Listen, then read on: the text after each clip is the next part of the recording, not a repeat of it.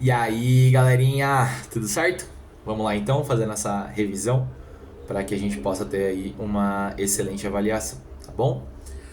Bom, gente, eu quero começar revisando com vocês a política na Primeira República, tá bom?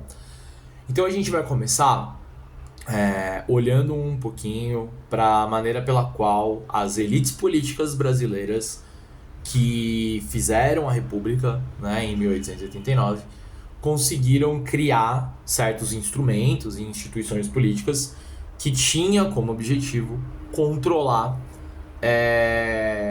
o voto, né, controlar o sistema eleitoral brasileiro e se perpetuar no poder, né? A primeira coisa importante, gente, é a gente entender que a Constituição Republicana de 1894 ela traz consigo o voto aberto, né? E o voto aberto é fundamental, ele estrutura toda essa relação de controle dos votos. Por que isso ocorre, gente? Porque quando o voto é aberto, significa dizer que a pessoa vai falar para todo mundo que estiver ali no recinto em quem ela vai votar. Falando em quem ela vai votar, dá a possibilidade de utilizar ferramentas para controlar aquele voto. A gente viu que uma dessas ferramentas, né, principalmente no campo, né, brasileiro, é o coronelismo, em que os grandes fazendeiros eles usavam, né, da violência, das ameaças, né, para poder controlar o voto daquelas pessoas, né?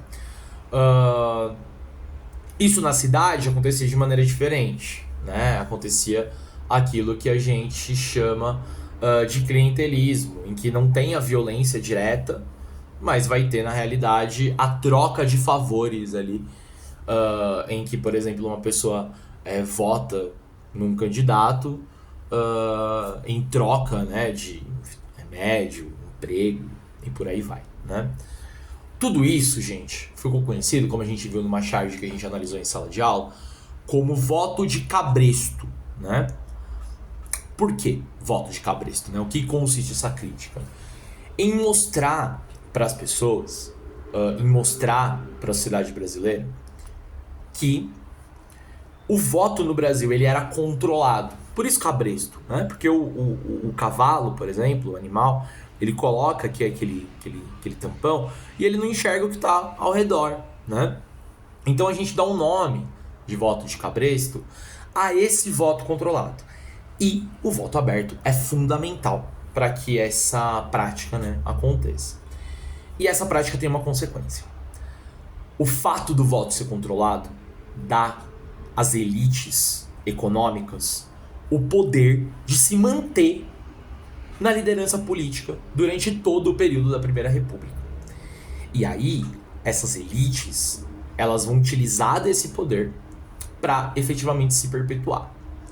Na prática, então, o que vai acontecer é aquilo que a gente conhece como política do café com leite. Lembra? Café, São Paulo, Minas, leite. Por que isso acontece? Porque são as duas oligarquias mais fortes. Então, dentre aquelas que são as mais fortes, as mais poderosas e que efetivamente se mantiveram no poder durante toda a Primeira República são as oligarquias de São Paulo e de Minas. A isso a gente dá o nome de política do café com leite, e isso na prática representa que todos os presidentes do Brasil, de 1894, com Campos Salles, até o último, Washington Luiz, sempre foi São Paulo e Minas, São Paulo e Minas. O que explica isso? O voto de cabresto. Agora, pessoal, a gente entra nas revoltas da Primeira República, tá? Eu vou passar por cada uma delas aí, para que a gente possa fazer a revisão, tá bom? Bom, vamos começar pelas do campo, né? Tanto Canudos como Contestado. A gente sabe que essas duas revoltas, elas ocorreram porque a população camponesa do Brasil, né, os pobres que moravam no interior do Brasil, eles tinham a pior situação dentre as camadas subalternas. Por quê? Porque estavam sujeitos a muita violência dos fazendeiros que mandavam, né, ali na região. E também porque tinham, né, uma condição econômica extremamente miserável. Diante dessa situação, eles acabavam sendo muito influenciados, principalmente por aquelas pessoas que expressavam alguma religiosidade, né, que falavam da palavra de Deus, que davam conselhos e que acabavam, assim, sendo exemplos a serem seguidos e se tornando grandes lideranças.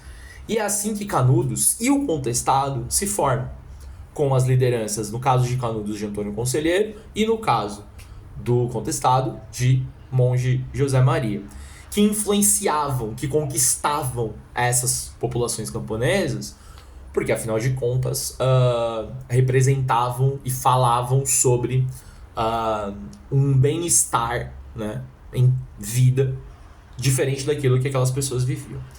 E, na prática, essa liderança, né, acabou criando, né, tanto a experiência de Canudos como a experiência do Contestado, que foram duas experiências muito fortes, né, em que se criavam ali comunidades alternativas, né, certas cidades em que tudo era dividido, tudo era coletivizado, e era isso justamente, né, que acabou servindo, né, para que essa população aí pobre pudesse encontrar algum alento, né, encontrar uma possibilidade de continuar vivendo dentro desses territórios.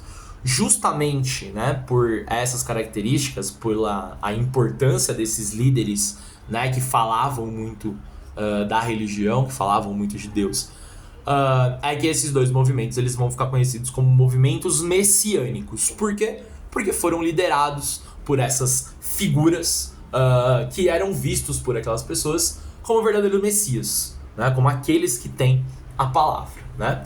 E lembrem-se que esses dois movimentos se formam diante das condições de violência e de miséria que a população camponesa do Brasil estava, enfim, submetida, né, naquele momento, tá?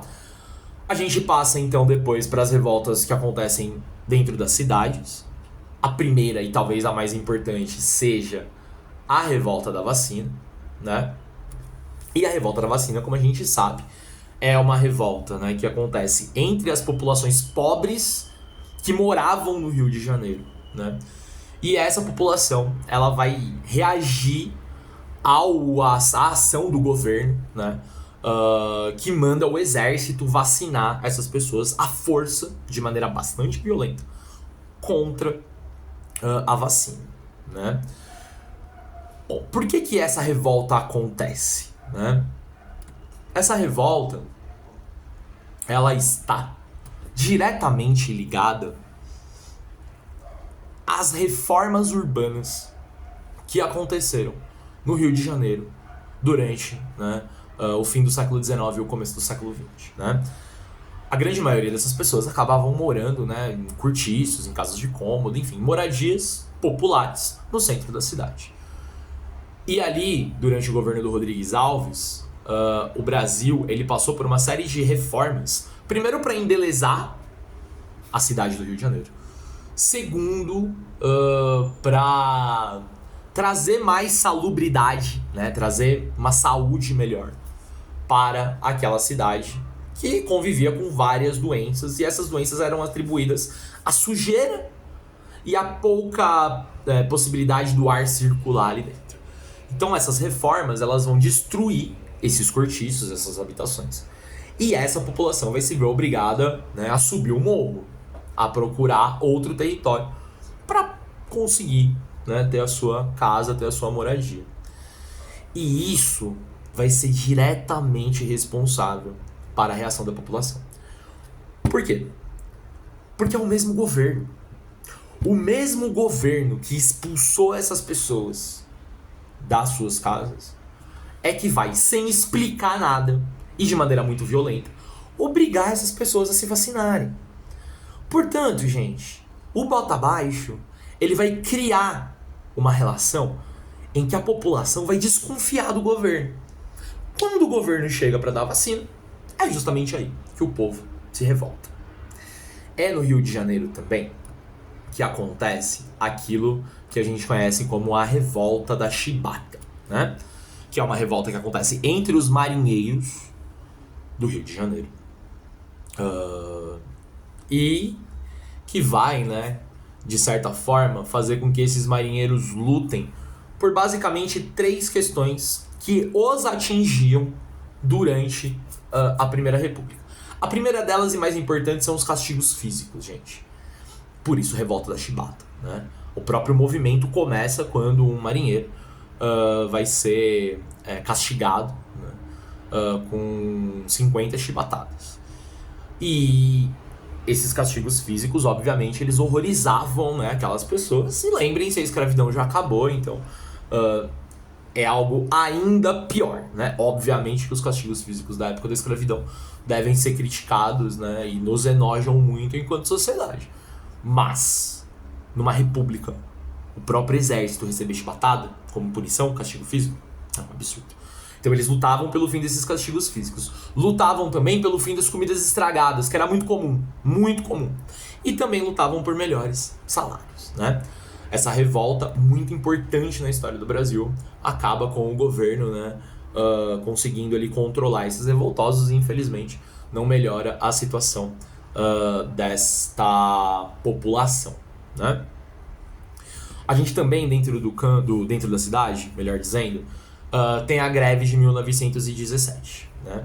E a greve de 1917, ela é uma greve muito impactante na história do Brasil, em que os operários lutam por melhores salários, né? Lutam pela redução da jornada de trabalho, pelo fim do trabalho infantil, e fazem isso paralisando as fábricas.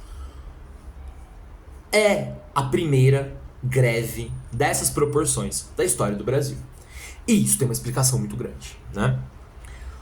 Os operários brasileiros, eles foram fortemente influenciados pela imigração europeia, que traz, né, esses imigrantes, eles trazem para o Brasil a ideologia política do socialismo e principalmente do anarquismo.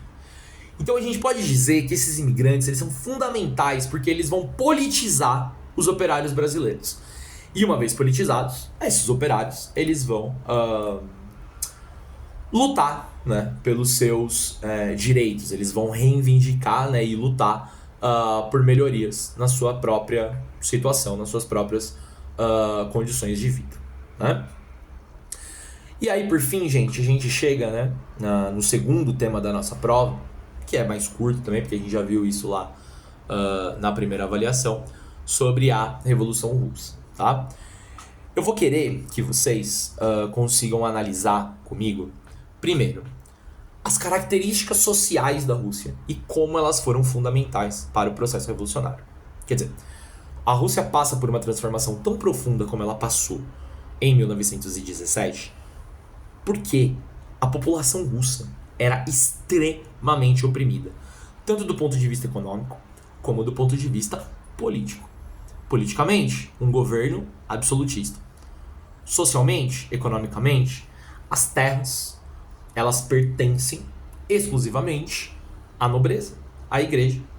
E a burguesia é favorecida pelo absolutismo russo para a formação das primeiras fábricas russas. Então, quer dizer, economicamente, a população pobre da Rússia, a sua maioria, nunca teve nenhuma possibilidade de participar efetivamente da economia. E, politicamente, era muito oprimida pelo czarismo. E uma outra análise muito importante é o limite ou o auge da opressão que se dá no evento que foi conhecido como Domingo Sangrento, né? A gente tem que pensar que o Domingo Sangrento ele é um ensaio da Revolução. E esse evento ele mostra 2 coisas para a população russa. A primeira delas é a forte reação violenta por parte do czarismo. Quer dizer, o Domingo Sangrento é um evento no qual o czar manda matar os manifestantes que foram entregar uma carta de reivindicação. Isso passa uma mensagem clara para a população russa. Por meio da palavra e da negociação, não vamos conseguir nada.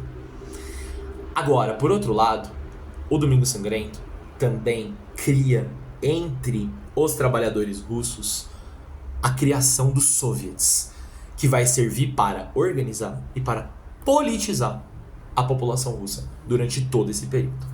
Por isso a gente pode afirmar claramente que o Domingo Sangrento é um ensaio da revolução.